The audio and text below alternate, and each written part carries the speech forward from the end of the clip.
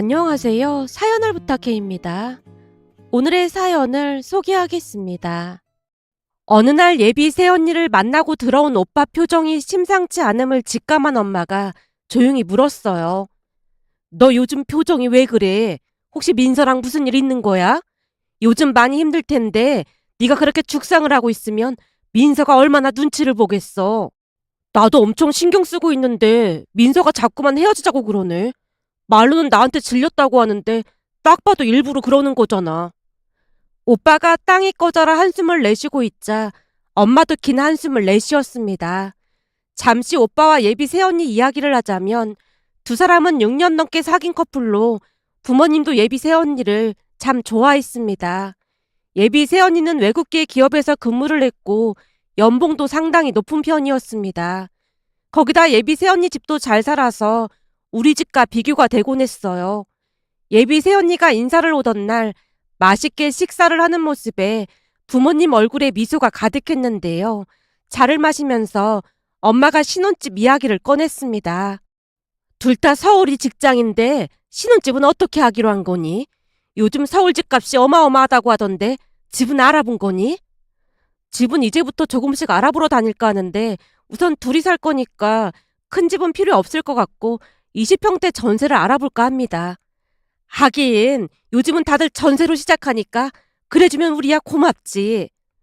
오빠 결혼을 앞두고 집 때문에 걱정 가득하던 엄마 얼굴에 미소가 번졌는데요. 아무래도 전세라는 말에 약간은 안심하는 듯해 보였습니다. 예비 새언니의 말에 안심이 됐던지 엄마가 눈치를 보며 다시 물었어요. 전세도 꽤 비싼 걸로 알고 있는데 둘 다 모은 돈은 있는 거니? 아, 그거라면 걱정 안 해도 될 것 같아. 민서랑 나랑 모은 돈도 꽤 되고 민서네 부모님이 결혼할 때 보태주려고 모아두신 게 있어서 도와주신다고 하셨거든. 순간 엄마 얼굴에 먹구름이 드리워져 있었는데요. 아무래도 우리 집 형편상 도움을 주기 어려웠기에 걱정이 앞섰던 것 같습니다. 우선 학벌뿐만 아니라 직업도 새언니가 더 좋아서 그나마도 눈치가 보이던 차에 예비 새언니 집에서 돈까지 보태준다는 말에 더욱 눈치가 보일 수밖에 없었으니까요. 순간 엄마 얼굴에 먹구름이 가득하다는 걸 눈치챘던 것인지 예비 새언니가 급히 말을 꺼냈습니다. 사실은 우리 둘이 모은 돈으로만 하기로 약속을 했던 부분인데 부모님께서 동생이랑 저랑 똑같이 해주는 게 맞는 거라고 해서 우선 받기로 한 거니까 너무 신경 쓰지 않으셨으면 좋겠습니다. 우리도 조금이나마 도와줘야 하는데 미안해서 그렇지. 아니에요. 진짜 괜찮습니다. 인수 씨도 받지 말라고 했는데 부모님이 자꾸만 주신다고 해서 저도 어쩔 수 없이 받는 것 뿐이거든요. 사실 부모님은 인수 씨 부담될까봐 걱정 많이 하셨어요. 그런데 전세자금 대출 받으면 매달 이자를 갚아 나가야 하는데 그 돈이 조금 아까울 것 같아서요. 그렇다고 막 큰 금액을 주시는 건 아니어서 진짜 신경 안 쓰셔도 됩니다. 예비 새언니가 손사래까지 치면서 열심히 설명을 하고 있었는데요. 부모님 표정이 계속해서 어둡기만 했습니다. 잠시 후 예비 새언니가 인사를 하고 가자마자 엄마가 걱정스레 말을 꺼냈거든요. 네 오빠보다 연봉도 더 세고 집안도 좋아서 왠지 모르게 눈치가 보이네. 눈치가 보일 게 뭐가 있어. 오늘 보니까 예비 새언니는 그런 거 별로 상관도 안 하는 것 같던데. 앞으로 결혼하게 되면 시골에서 농사나 짓는 우리 집이랑 차이가 많이 날 거 아니야. 연봉도 돼서 돈도 꽤 모았을 텐데 있던 땅이라도 팔아서 맞춰줘야 하는 게 아닌가 싶어. 엄마, 아까 예비 새언니가 괜찮다고 그랬잖아. 너도 아까 들어놓고 그래. 듣긴 뭘 들어. 예비 사돈댁에서는 전세 얻는데 도와준다고 했다잖아. 근데 우리가 어떻게 모른 척할 수가 있겠어. 오빠랑 언니가 알아서 한다고 하잖아. 부족한 게 있다고 하면 그때 도와주면 되잖아. 근데 내가 보니까 언니가 바르게 참 잘 자란 것 같아. 너도 그래 보였어? 사람이 꼬인 것도 없고 인성도 바르고 착한 것 같더라고. 엄마 아빠는 좋은 며느리가 들어와서 좋겠어. 난 우리 오빠 눈이 이렇게 높은지 처음 알았잖아. 엄마 마음에도 쏙 들긴 한데 우리가 가진 게 없으니까 미안하고 그러네. 각자 사는 형편이 다른 건데 그건 어쩔 수 없는 부분이잖아. 미안하면 엄마가 앞으로 잘해주면 되는 거잖아. 엄마에게 위로의 말을 건넸지만 자식을 생각하는 부모 마음을 그 어떤 말로 표현할 수가 있을까요? 그 뒤에도 엄마는 그저 미안하다는 말만을 반복할 뿐이었습니다. 어느 날은 집에 내려온 오빠에게 엄마가 먼저 말을 꺼내기도 했어요. 저기, 우리가 몇 번이나 생각해봤는데 민선의 집에서 돈을 보탠다고 하는데 도저히 걸려서 안 되겠어. 괜찮다고 하는데 왜 자꾸 신경 쓰고 그래? 우린 진짜 괜찮으니까 신경 쓸 거 없어. 지금 있는 돈으로도 충분하니까 걱정하지 마. 민선의 부모님도 좋은 분들이라 인성만 괜찮으면 다 괜찮다고 하셨거든. 그래도 혹시나 네가 눈치라도 볼까 봐 그게 걱정돼서 그렇지. 시작부터 기우는 결혼하면 나중에 꼭 문제가 생기더라 그 말이야. 엄마, 민선의 집에서 돈 때문에 문제 삼았다면 난 결혼 안 했을 거야. 처음부터 우리끼리 모은 돈으로 하기로 했던 건데 민선의 집에서 자식들한테 공평하게 해줘야 한다고 도와주신 거니까 그게 신경 쓸 필요 없어. 민선의 부모님 정말 좋은 분들이시거든. 오빠가 다시 한번 엄마를 안심시켰고 얼마 뒤 상견례를 했는데요. 예비 새언니 부모님은 생각했던 것보다 훨씬 좋은 분들이었습니다. 혹시나 부모님이 불편할까 싶어 상견례도 우리 집 근처에서 했을 정도였어요. 어느 날 오빠와 통화를 하고 난 뒤 엄마가 놀란 듯 말을 꺼냈거든요. 네 오빠한테 전화가 왔는데 상견례를 우리 동네에서 하는 게 좋겠다고 했다지 뭐니. 진짜? 그럼 여기로 내려오신다는 거야? 그렇다고 하네. 여행도 할 겸 겸사겸사 이 동네에서 하는 게 좋겠다고 했다지 뭐니. 내가 볼 때는 엄마 아빠 불편할까 봐 배려하신 것 같은데? 그러게 말이야. 서울 사람들이라 까탈스럽진 않을까 걱정했는데 네 오빠 말대로 그런 사람들은 아닌 것 같아. 예비 새언니 보니까 좋은 분들일 것 같더라고. 저도 덩달아 칭찬을 하자 엄마 얼굴을 감싸고 있던 먹구름이 점차 사그러들고 있었습니다. 얼마 뒤 상견례도 화기애애한 분위기 속에서 잘 마무리가 됐는데요. 그제서야 엄마의 불안이 완전히 가신 듯 해 보였습니다. 그 뒤 오빠와 예비 새언니는 열심히 집을 알아봤고 결혼식 준비를 하느라 여념이 없어 보였습니다. 오빠가 틈틈이 전화를 해서 진행 상황을 말해줬기에 우리도 나름 이것저것 준비할 것들을 챙기고 있었고요. 한마디로 모든 것들이 너무나도 순조롭게 진행되고 있었다고 해도 과언이 아니었는데요. 어느 날은 엄마가 기쁜 목소리로 말을 꺼냈습니다. 우리 동네 주영이는 결혼식 내내 그렇게 삐그덕거리더니 결국 몇 년 안 가서 이혼했잖니. 근데 우리 집은 일이 순조로워도 너무 순조롭지 않니? 사돈 양반들하고도 의견이 어찌나 잘 맞는지 걱정할 게 하나도 없어. 요즘은 아주 살맛이 난다니까. 이 사람아, 좋다고 너무 티내고 그러면 사방에서 질투하기 마련이니까 좋다고 너무 떠들고 다니지 말고 항시 행동거지 조심할 생각을 해. 난 그냥 일이 술술 풀려서 기쁜 마음에 하는 말인데 뭘 또 발끈하고 그래. 좋은 일 앞두고 항시 조심하고 또 조심해야 하는 거야. 아빠가 신신당부를 했는데요. 엄마는 그저 못마땅한 표정을 지을 뿐이었습니다. 하지만 호사다마라고 했던가요. 얼마 뒤 기가 막힌 일이 일어났습니다. 어느 늦은 밤 오빠에게 전화가 걸려왔는데요. 엄마, 큰일 났어. 왜? 무슨 일인데 그래? 민서가 출장 중에 교통사고가 나서 지금 급하게 수술 들어갔어. 뭐? 교통사고? 많이 다친 거야? 우선 수술을 해봐야 알 수 있다나 봐. 그럼 우리도 올라가야 하는 거 아니야? 병원이 어디야? 엄마, 우선 여기도 정신없으니까 내가 다시 전화할게. 그래, 그럼 기다리고 있을 테니까 꼭 전화해줘. 라며 엄마가 전화를 끊었는데요. 어찌나 놀랐던지 엄마 몸이 덜덜 떨리고 있었습니다. 그날 우리도 밤을 지새운 채 전화를 기다렸고 새벽빛이 부옇게 밝아올 무렵 오빠에게 전화가 걸려왔는데요. 엄마가 떨리는 목소리로 전화를 받았어요. 민서는 괜찮은 거야? 괜찮은 거지? 오, 다행히 큰 고비는 넘긴 것 같아. 다행이다. 다행이야. 엄마, 우선 통화 길게 못하니까 내가 다시 전화할게. 우리도 새벽차 타고 올라갈 테니까 병원 좀 말해줘봐. 라는 엄마의 말에 오빠가 그제서야 병원을 말해줬고 다음날 날이 밝자마자 병원으로 출발을 했습니다. 잠시 후 병원에 도착을 했는데요. 사돈어르신 두 분은 깊은 슬픔에 빠져 넋이 나간 듯 해 보였습니다.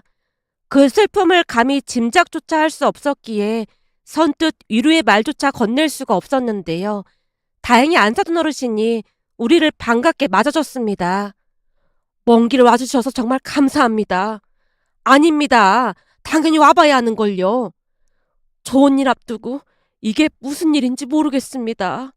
죄송해서 드릴 말씀이 없습니다. 안 사둔 어르신이 간신히 울음을 삼킨 채 머리까지 조아리는 모습에 엄마가 화들짝 놀라며 말했어요. 사부인, 사고가 난 건데 죄송할 게 뭐가 있겠습니까? 좋은 날 앞두고 이런 사고가 났으니 그저 죄송할 뿐입니다. 안 사둔 어르신이 연신 머리를 조아리는 모습에 오히려 당황한 채 어쩔 줄을 몰라 하고 있었는데요. 오빠가 우리를 데리고 구석으로 가더니 힘겹게 입을 뗐습니다. 저기 전화로 말씀 못 드린 부분이 있는데 말을 못한 부분이라니? 그게 무슨 말이야? 순간 마음속 깊은 곳에서 불안감이 고개를 내밀었는데요. 곧 그 불안감의 정체가 밝혀졌습니다. 오빠가 떨리는 목소리로 말을 이어갔거든요. 저기 의사가 하는 말이 이번 사고로 한쪽 귀에 문제가 있을 것 같다고 말했어. 뭐? 그게 무슨 말이야? 한쪽 귀에 문제가 있다니? 말 그대로야. 한쪽 청력을 상실해서 소리를 들을 수 없게 될 것 같대. 뭐? 청력을 상실했다는 말이 설마 못 듣는단 말인 거야? 근데 한쪽 귀만 그렇다고 하니까 그나마 다행이긴 해. 부모님이 놀라지 않도록 오빠가 조심스럽게 말을 했지만 오빠 말이 끝나자마자 엄마가 그 자리에 털썩하고 주저앉았습니다. 엄마, 괜찮은 거야? 괜찮아. 내가 놀라서 그만. 그럼 청력만 이상이 있다는 거야? 물론 당분간 깁스랑 이것저것들을 해야 하긴 하지만 그래도 다른 쪽은 회복이 가능하다고 하니까 천만 다행이지 뭐. 오빠가 아무렇지도 않은 듯 웃음기 없는 미소를 짓고 있었지만 오빠도 우리만큼이나 많이 놀란 모양으로 동공이 심하게 흔들리고 있었습니다. 그리고 그제서야 안 사둔 어르신이 머리까지 조아린 이유를 알 수가 있었는데요. 결혼을 앞둔 새언니의 청력에 이상이 생겼다고 하니 그 심정이 어땠을지 짐작이 가고도 남았습니다. 오빠의 말에 여전히 당황한 채 다들 허공만 바라보고 있자 오빠가 다시 입을 열었어요. 저기 민서는 지금 안정을 취해야 하니까 우선은 내려가는 게 좋을 것 같아.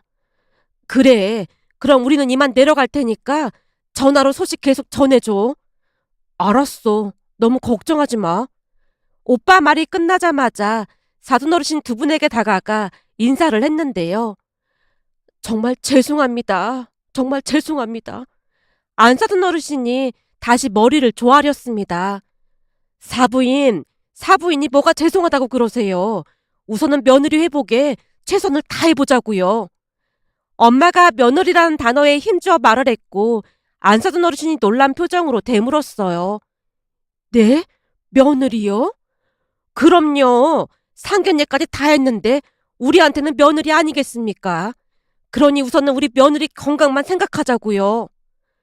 이미 청첩장이랑 다 나왔는데 정말 죄송합니다. 청첩장이야 다시 만들면 되니까 아무 걱정하지 마시고 우선 며느리 생각만 하자고요. 엄마가 안 사둔 어르신 손을 가만히 잡아드렸는데요. 안 사둔 어르신 눈에서 눈물이 비오듯 쏟아지고 있었습니다. 그나마 다행이었던 것은 엄마의 말이 큰 위로가 됐던 것인지 사돈 어르신 두 분이 조금은 안심하는 듯 해보였다고 해야 할까요? 하지만 그날 집으로 돌아온 부모님 두 분의 얼굴이 많이 복잡해 보였습니다. 그 뒤 오빠는 수시로 엄마에게 전화를 해서 상황을 전해왔고 다행히 새언니가 빠르게 회복되어 가고 있다고 했습니다. 어느 날은 엄마가 오빠에게 물었습니다. 이제 회복도 됐고 하는데 우리도 민서를 만나러 가야 하는 거 아닌지 모르겠다. 엄마, 우선은 그냥 기다리는 게 좋을 것 같아. 사실 민서가 충격을 많이 받아서 누굴 만나고 할 상태가 아니야. 병문안 와도 민서가 안 만나줄 것 같아. 하긴 갑자기 그리 됐으니 얼마나 놀랐겠어. 그러니까 말이야. 지금 많이 심각한 상태야. 사실은 민서가 나도 안 만나주고 있거든. 뭐? 너도 안 만나준다니? 그건 또 무슨 말이야? 전 며칠 동안 얼굴도 보고 말도 하고 그랬는데 청력을 상실했다는 소리를 듣고부터는 날 피하고 있어. 그래서 나도 민서가 괜찮아질 때까지 기다리고 있고 말이야. 우선은 이번 주 주말에 내려가서 자세하게 말해줄게. 그렇게 며칠 뒤 오빠가 내려왔는데요. 엄마가 걱정스레 물었습니다. 지금 제일 힘든 사람은 민서일 텐데 너까지 죽상을 하고 있으면 어떡해. 민서가 만나주지도 않고 자꾸만 헤어지자고 해서 큰일이야. 설마 한쪽 귀에 문제가 있다고 헤어지자고 하는 거야? 그런 거 같아. 장모님 말씀으로는 내가 질렸다고 했다는데 말도 안 되는 소리잖아. 민서 입장에서는 지금 얼마나 놀랐겠어. 그러니까 너도 시간을 가지고 기다려줘. 엄마가 땅이 꺼져라 한숨을 내쉬고 있자 오빠가 눈치를 보다가 다시 말을 꺼냈어요. 엄마 아버지는 괜찮은 거야? 우리가 안 괜찮을 게 뭐가 있어? 그래도 갑자기 민석이가 안 들리게 돼서 많이 놀랐을 것 같아서 그렇지. 사실은 장모님이 내 눈치뿐만 아니라 엄마 아버지 눈치도 많이 보고 계셔. 눈치를 보긴 왜 눈치를 봐? 우리가 결혼을 한 사이도 아니고 이 와중에 민서가 그리 됐으니 파혼을 한다고 해도 할 말이 없다고 하시더라고. 뭐? 파혼? 설마 너 민서 그리 됐다고 파혼하고 싶은 거야? 당연히 아니지. 오빠가 소스라치게 놀라며 손을 내저었습니다. 그런 오빠를 보며 엄마가 침착한 목소리로 말했어요. 지금 민서는 세상을 잃은 것 같이 고통스러울 텐데 그런 사람 두고 파혼 얘기 꺼내고 그러는 거 아니다. 그러다 천벌 받는 거야. 나는 절대 파혼 생각 없어. 다만 장모님이 말씀하시기를 엄마 아버지 입장에서는 파혼 얘기가 나올 수 있다고 하신 것뿐이야. 그래도 할 말 없다고 하시더라고. 만약에 그동안 사돈 양반들이 못되게 굴고 그랬다면 파혼 얘기 꺼낼 수도 있었겠지만 그동안 너한테 얼마나 잘해주셨니. 그리고 난 이미 민서를 며느리로 생각하고 있어서 파혼의 파자도 생각해 본 적이 없어. 엄마, 말이라도 정말 고마워. 사실 난 엄마 아버지가 파혼이라도 하라고 할까봐 걱정 많이 했는데 두 분이 이렇게 좋은 분들이라 너무나 자랑스럽고 그래. 오빠가 눈물까지 그렁그렁한 채 감사 인사를 하고 있었는데요. 저도 엄마 말이 100번 1000번 맞다는 생각을 했습니다. 그렇게 며칠이나 지났을까요? 엄마가 제게 물었어요. 너 이번 주 주말에 시간 좀 낼 수 있어? 이번 주 주말에는 왜? 네 새언니 병원에 좀 다녀와 볼까 해서 그렇지.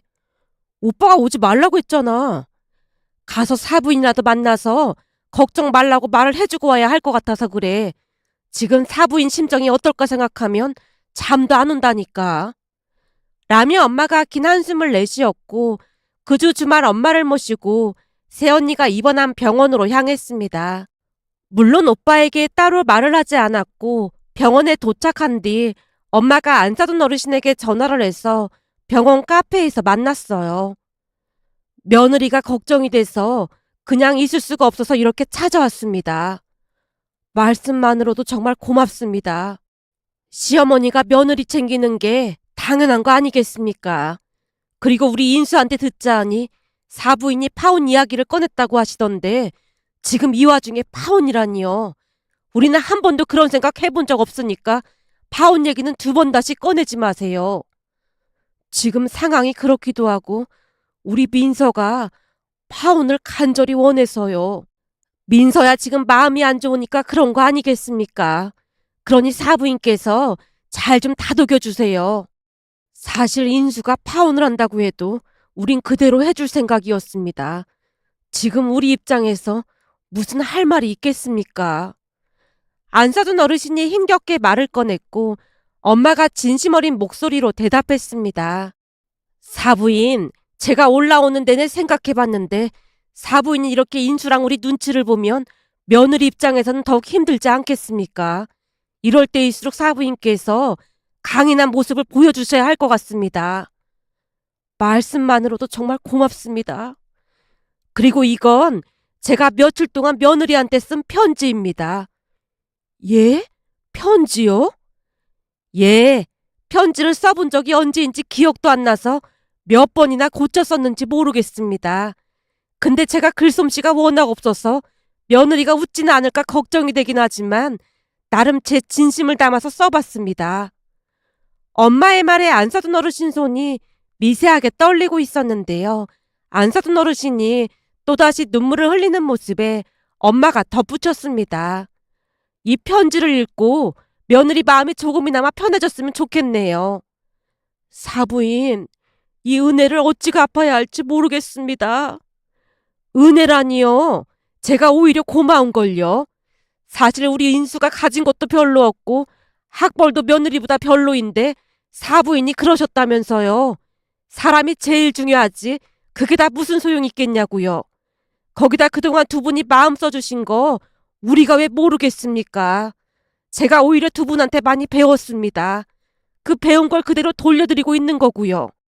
이 편지 우리 며느리한테 꼭 좀 전해주세요. 라며 엄마가 안 사둔 어르신 손에 편지를 지어드린 뒤 우리는 곧장 집으로 돌아왔는데요. 며칠 뒤 오빠에게 전화가 걸려왔습니다. 엄마, 정말 고마워. 엄마 덕분에 민서가 진짜 많이 좋아졌어. 이제는 밥도 잘 먹고 헤어지자는 말도 안 하고 있어. 장모님이 그러시는데 엄마가 써준 편지 덕분에 민서가 진짜 많이 좋아졌대. 하루에도 몇 번씩 편지를 꺼내서 읽고 또 읽고 그런데. 그게 정말이야? 다행이다. 정말 다행이야. 앞으로도 민서 마음 다치지 않게 네가 더 잘해야 해. 라는 말에 오빠가 기쁜 목소리로 전화를 끊었습니다. 그리고 며칠 뒤 새언니에게 전화가 걸려왔는데요. 엄마에게 감사하다는 말을 몇 번이나 했는지 모르겠습니다. 그 뒤에도 어려움이 없진 않았지만 우리는 그 모든 어려움을 잘 극복했고 오빠와 새언니는 모두의 축복 속에서 결혼을 했습니다.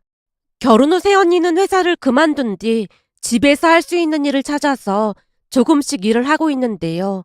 요즘도 엄마는 가끔 새언니에게 편지로 진심을 전하곤 한답니다. 엄마 편지를 받은 새언니가 너무나 좋아해서인지 어느 날은 제게 부탁을 하기도 했어요. 너 시간 나면 서점에 가서 시집 좀 몇 권 사와봐. 시집은 왜? 우리 며느리가 내 편지를 계속 기다린다잖니. 그러니 나도 편지를 좀 업그레이드 시켜야 할 것 같아서 그래. 저번에 네 새언니가 답장 보내온 편지 읽다 보니까 류시아 시인인가 하는 사람 시가 있던데 그 사람 시집 좀 사와봐. 내가 볼 때는 엄마랑 언니는 TV 뉴스에 나가야 할 것 같아. 우리가 막장도 아닌데 왜 뉴스에 나가? 그러니까 하는 말이잖아. 요즘은 온통 막장만 가득한 세상인데 요즘 세상에 시어머니랑 며느리가 손편지를 주고받는다고 하면 누가 믿겠어? 그런가? 근데 말이야, 내가 이 편지를 계속 쓰다 보니까 이 편지 받아보는 맛이 아주 쏠쏠해. 연애 편지 받는 것처럼 막 설레고 그런다니까. 근데 새언니 입원했을 때 뭐라고 편지 쓴 거야? 시간이 꽤 지났는데 이제 좀 얘기해주면 안 돼? 많이 알려고 하지 마. 다치니까. 라며 엄마가 열심히 손편지를 쓰는 모습에 저도 모르게 입가에 미소가 번졌는데요.